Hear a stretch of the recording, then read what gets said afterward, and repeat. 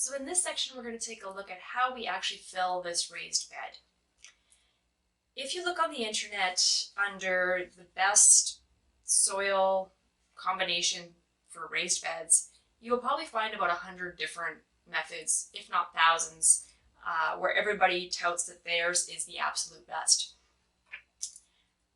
You can follow pretty much any method you want, but really it's very simplistic. There's really only a couple considerations that we want to look at with this, and then otherwise it's kind of a free-for-all, and you can kind of just use whatever resources you have on hand. It doesn't have to be really specific. So the first thing that we're going to want to look at with our raised beds is that we have good drainage. Now, the way that we had set up this entire method for blocking out our lawn and decomposing the grass and things like that, we will have good drainage already if all we've put down is the frame of the raised bed on the earth. Now, in order to help out with the drainage, obviously we don't want to line the beds with any sort of plastic or anything like that that's going to hinder any movement that goes through. Now, one mistake that most people make is if they have a really deep garden bed. So let's say it's more than 20 inches deep and you've built it so that it's almost waist height and you can just really easily work in it. Most people think you have to fill that entire thing with soil. First of all, that's a lot of wheelbarrowing, a lot of shoveling, and the cost is going to be astronomical, and it's really, really unnecessary. What we can do instead is to fill the bottom even third to a half of that bin with things that will decompose over time and turn into soil, but aren't necessarily soil themselves. So what I like to do with these bins is I like to take a couple logs, branches, depending on how big your raised bed is, just wood basically. So if you've cleaned up your yard and you've got a whole bunch of random twigs and things that you've trimmed off of trees, any sort of brown grass clippings, old leaves, anything like that, you can just toss those into the bottom of your bin until your bin is about halfway full or so. So you'll actually end up, once the soil has pushed it all down, you'll end up with about a third of this debris, I'll call it, and about 2/3 of the soil mixture. So you can really fill it up with a whole bunch of organic material. And it can even be kind of partially processed compost, things like that. Just any sort of organic material that will break down over time can be tossed into the bottom of the box just to fill it up a bit. Then we get into the main planting area. Now, the main planting area, what we're going to want in our main planting area is we're going to want a mixture of topsoil, compost, and something organic. So the topsoil can be topsoil that you have just gathered, had delivered to you by any random company. It doesn't have to be really good quality, but just try and keep it as weed-free as possible. So you want to take, I usually do about a third. I know there's a lot of different ratios out there, but I find it the easiest to remember.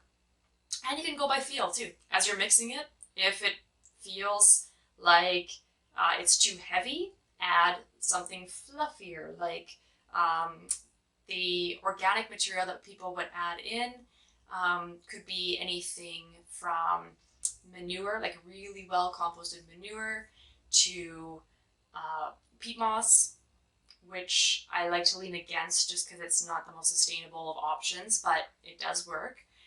Coconut coir is a better option. You can use something like that. And the third compost is just compost that you've made yourself or that you've purchased as well. And that mixture of topsoil, compost, and organic material tends to work out really quite nicely. So once we have that mixed up, I usually mix it in a wheelbarrow. So I'll put kind of a third, roughly. You don't need to measure. You can eyeball it. It's fine. Into a wheelbarrow. I mix it up with my shovel. Yeah. So my shovel. And then I basically just pour it and shovel it into the raised bed. Now, this soil will settle over time. So do make sure that your raised bed is really quite full, because after you've watered it a couple times, it's going to kind of shrink down a little bit. So don't really skimp out too much on trying to fill the bed up.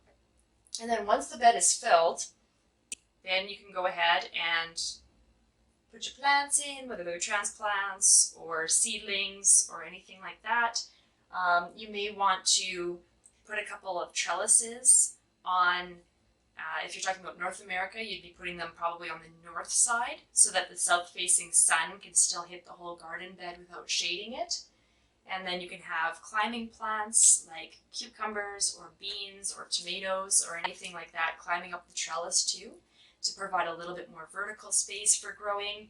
And you'd be surprised in beds this size just how much food you can actually fit in. If you're looking for designs online as to how to actually figure out what to plant and where to put it and how many plants you need, I just discovered this morning that the Farmer's Almanac, so almanac.com, has a phenomenal garden planner. And it's quite affordable. They do offer a 7-day trial without having to make any sort of payment first. You can actually just try it for free for 7 days. And I think you'll find that it is very, very useful for our climate.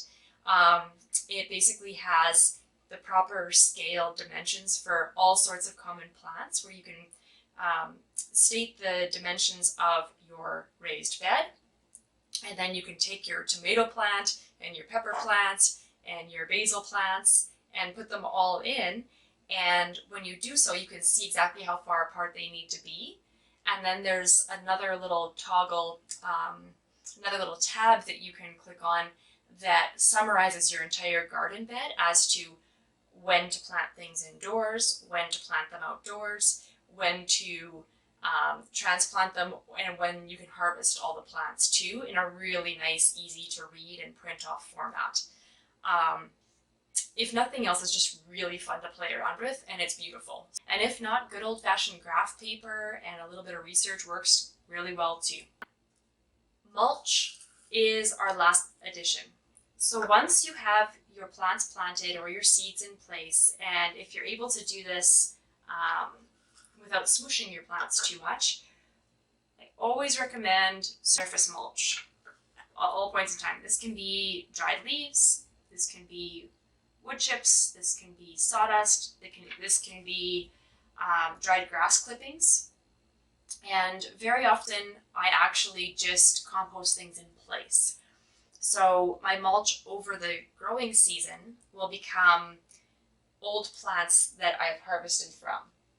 So for example, once my peas are done producing, I'll pull the pea plant out, chop it up into fine bits, and drop it in place as mulch. So I'm returning things to the soil constantly. That mulch reduces evaporation. It reduces the need for weeding a lot. It keeps the soil a little bit cooler, because sometimes raised beds can get unbelievably hot if they're in direct sunlight. So it serves all sorts of purposes, constantly is building new soil for you, and I would really highly recommend it. If anybody's ever told you that mulch creates a slug problem, it does not. If you think about forests have a ton of mulch on the floor and they don't have a slug problem. The problem of having slugs, if you've applied mulch, is more of a soil deficiency and lack of beneficial predators and predatory insects and things like that, rather than the mulch itself. The mulch is not the problem. The lack of fertility and life in your soil is usually the problem in that case. So don't shy away from the mulch. It's extremely helpful, and really you can use anything that you have on hand for it.